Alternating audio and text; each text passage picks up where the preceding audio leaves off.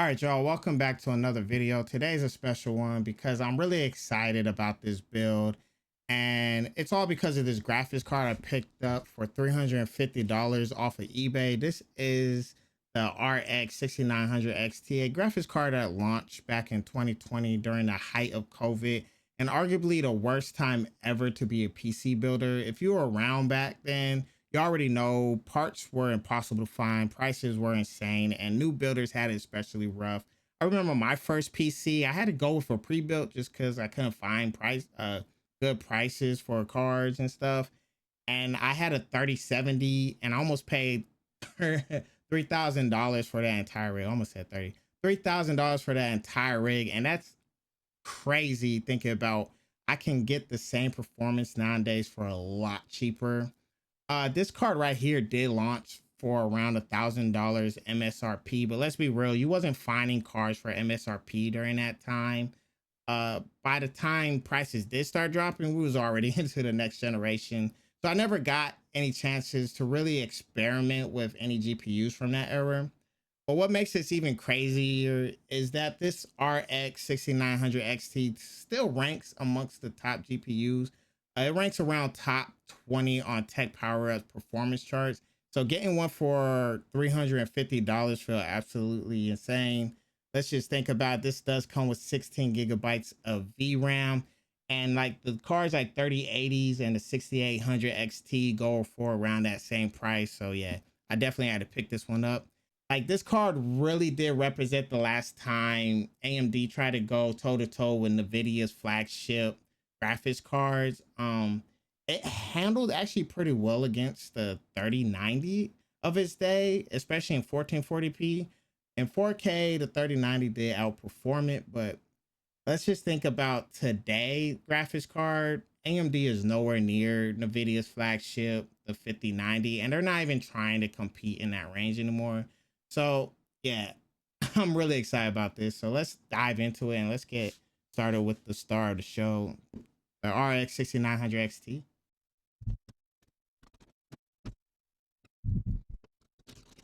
All right, y'all. So this is not the first time I opened up this graphics card. I already tested it. You only have a limited time to test products off of eBay, so I had to take it out and test it. It worked just fine. It looked like the previous owner took good care of it. The only issue is it's just a little dusty, but not too dusty.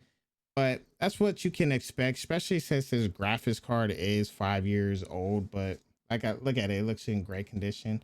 Only issue I really think that there is it needs three 8 pins, that's 12 pins. And yeah, I had to upgrade my power supply to an 850 and make sure I had three separate pins that can go with it.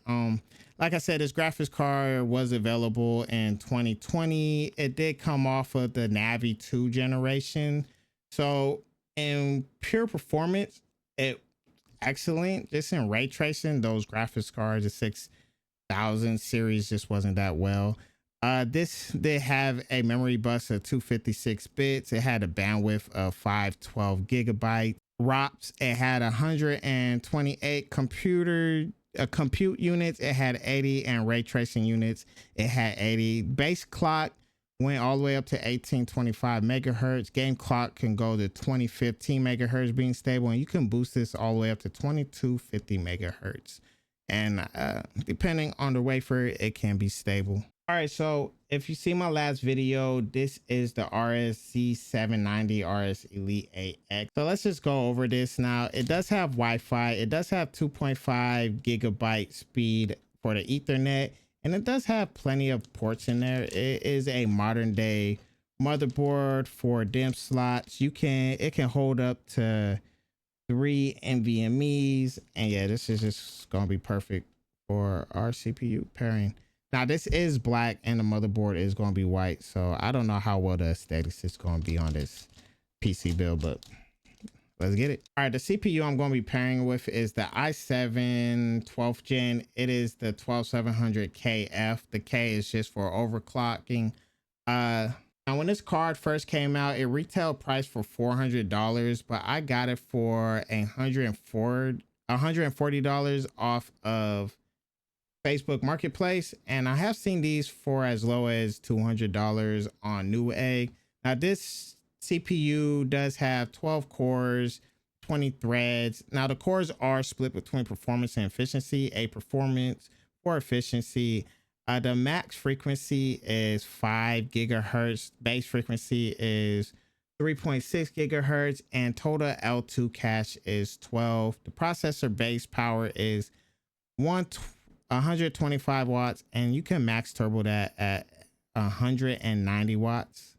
You can max turbo that at 190 watts. I don't even know what I'm. So I did get this RAM off of Facebook Marketplace during Ramageddon, or what I like to call RAM Apocalypse. Now this isn't the best RAM per frequency, so this only maxes out at 5200 megatransfers per second and CL rating of 40, but this is 16 by 16 gigabyte DDR, so that gives you 32 gigabytes, and for $60 on Facebook Marketplace, this was an absolute steal. But yeah, when looking for RAM nowadays, you're just going to have to be patient, and your local market is going to be the best place to look.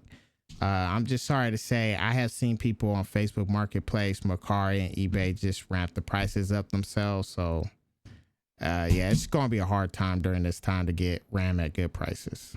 All right, the NVMe I went with is Bywin NV7400. Now this is a Gen 4 and it is clocked at 7450 megabytes per second. I got it for $74.89. Not a bad price, but SSDs is going up. So if you find a good deal on SSD, I'll tell you to snag it now. All right, so the power supply I'm going with is the Raymax 850 watt by Cobra Power. Now this is ranked on the tier list a C, and I know somebody in a person in my other video talked about this being a no-no because it's ranked C. The last one I was using a mid-range graphics card. This one I'm actually using a high-range graphics card, so I would have to agree with him, but this was the best price I could get. This was $51.35. But now here's the weird thing is I'm going to be pairing it with a Roswell Helium Flow white mid-tower computer case that I bought off of Newegg, and that came with a combo deal with a Roswell 850 watt power supply, and it only cost me $92.44. So I'm pretty sure both of these power supplies go around the same price when the Roswell goes on sale as this one went on sale. So I'm just going to keep it at that price of $92.44 for both parts, if that makes sense. All right, so the last part that I got was this Ruix NC360 ARGB AIO cooler off of Amazon for $50.49. The reason I got it is because it was white and it was the cheapest AIO I could find. It also supports our Intel CPU, and it can hold up to 300 watts TDP on a CPU, which our CPU doesn't even go that high. This is great because it's white and our case is white. It was the best case that I had on hand, and our graphics card is black, so I'm just trying to get everything else white around it. So this is the Roswell Helium Flow white mid-tower case, and as you can see, it comes with a GPU sag bracket already connected to the case. Now working in the case was easy. Getting the motherboard in was a cinch. Also, the AIO was real simple to put in there. There was a bracket on top. You just took the bracket, connected AIO, and then connected the bracket back into the motherboard and a couple of screws to set it into place. Just know not to put nothing on the PC because there is no room for airflow on the top. And yeah, as you can see, the graphics card was easy to put in with the sag bracket. Yeah, the 24 pins threw me off just a little bit. And then cable management was real easy. The back had enough room. You could filter whatever you wanted through any which way you wanted it in the back. And yeah, the case, even though it's a Panda build, looks real nice. I'm not even going to lie. And it booted on its first try right into BIOS. And yeah, let's get into the games that I played. And here we go. So the first game I started off with was Battlefield 6. I had it on high settings with no upscaling. It got 102 frames with a 1% low. And yeah, that's on 1440p. Don't mind the bad gameplay. Yeah, I'm real bad at this game, especially my shot. That 1440p widescreen, let's make it put it at its widescreen at high settings. Yeah, 102 with 82 lows is great. The second game I played was Call of Duty Warzone. This was Resurgence. This was balance preset. Yeah, 1440p ultra wide. It got an average of 139 with a 101% low.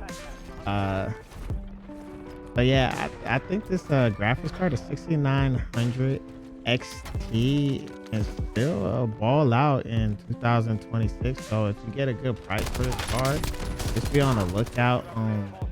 Yeah, the last game I wanted to try out was Indiana Jones because it forces you to use ray tracing.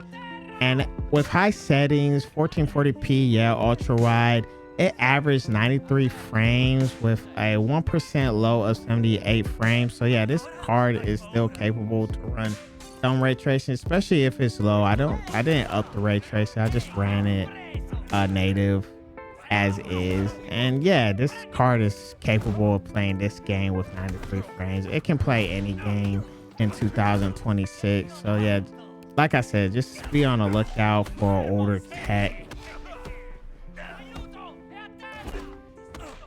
Oh boy, Indiana Jones has some hands, man. How many people did he take out right there? Ooh. All right, y'all. So I got finished with the testing. Now I know we're in a RAM apocalypse. I know prices of everything and PC components is going up, but this wasn't to really flex on you. Yeah, I only paid $922 for this PC, everything in there, because I got the RAM for $60 locally, and that's even crazy on the local market. I don't know if this guy knew it was in a RAM apocalypse. I really didn't talk to him, or if he was just trying to sell it. I just went to Walmart and bought it from him for $60. Now it's only 5200 mega transfer per second, so that did hurt the 6900 XT, but that's what I wanted to show y'all, because with everything going up in price, I think we're going to start having to look towards older tech, like these graphics cards that were 2 generations old. And yeah, if you could find this for $350, I'll definitely snag it on the used market, because this is how we're just going to get through 2026. And just to show you how good this graphics card is, I did run some benchmarks in Cyberpunk. I did get 105 frames per second at 1440p high settings, no upscaling. Also ran Wukong. I got 103 frames per second with FSR. So yeah, this still shows you that a graphics card from 5 to 6 years ago can still hang with the best. This is a top 20 graphics card in my opinion. It slots between the 5060 Ti 16 gig and the 5070, especially in restoration. You know, the way God intended y'all to play games, not trying to upscale, stretch, and do all that extra stuff. So yeah, if you could find this for $350, definitely snag it. Also did a 3D Mark Time Spy, and I got a score of 20,203. Since the PC only costs $922, that's a cent per frame of 4.5, another record. So that's just shows you how great this graphics card is. But yeah, in these hard times, we're just going to have to, you know, suck it up and look towards some older tech. I know you want to look at some of the newer stuff, especially because they do have like upscaling and ray tracing, and RAM prices is crazy. But yeah, it's your boy Chef Boy, you with Dad, and until next video, deuces.